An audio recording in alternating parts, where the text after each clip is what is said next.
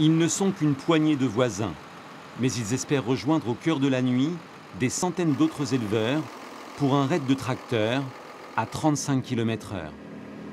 Stéphane est l'aîné de 3 enfants. Il a repris la ferme de ses parents il y a 5 ans.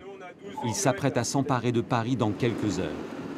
En attendant, il rejoint à Fleury-sur-Andelle ceux qui croient comme lui dans la région qu'il est temps de passer à l'action. Pour l'instant, ça se passe bien, on est à l'heure. C'est très important que nous soyons à l'heure puisque nous sommes attendus à 7h à Mantes-la-Jolie. Sur un convoi comme ça, sur une longue distance comme ça, en tracteur, 10 minutes c'est très vite perdu.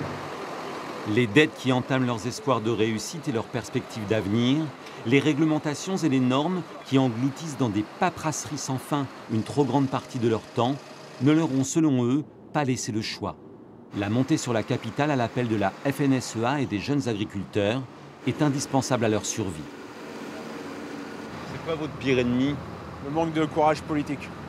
Ça, c'est quelque chose qui est très dangereux pour nous. Voilà. Il y a des décisions qui sont prises. Pendant l'été, il y en a eu de prises. Pourquoi est-ce qu'elles ne s'appliquent pas sur le terrain? Parce que les politiques ne les font pas appliquer. Stéphane s'est un peu perdu sur le périphérique, mais il est finalement parvenu à rejoindre Nation à l'est de Paris. Il découvre l'ampleur de leur mobilisation et estime qu'elle sera déterminante. Votre présence massive ici à Paris, ça peut déclencher quoi? Ça pèse lourd dans les décisions qui vont être annoncées dans l'après-midi. Voilà. On savait qu'il fallait qu'on soit nombreux. La mobilisation devait être à la hauteur de la crise à laquelle on est confronté. Et c'est certain que si on n'était pas 1000 tracteurs et 5000 personnes, quelque part, on n'était pas crédible.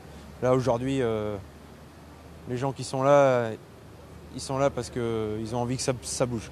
Voilà. Et on est nombreux, donc ça ne peut que bouger. Quels que soient les résultats de cette journée, le retour aussi se fera en tracteur à 35 km/h.